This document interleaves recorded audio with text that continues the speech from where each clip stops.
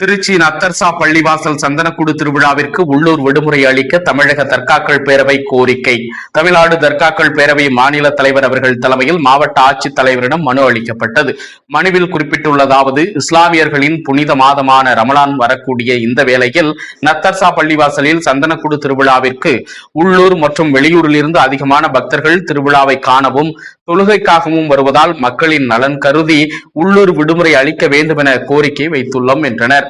வரக்கூடிய திருவிழா நடைபெற இருப்பதால் சென்ற வாரமே மனு கொடுத்த நிலையில் மீண்டும் நினைவூட்டலுக்காக இன்று மாவட்ட ஆட்சியர் அவர்களை நேரில் சந்தித்து மனு அளித்துள்ளோம் என்றனர்.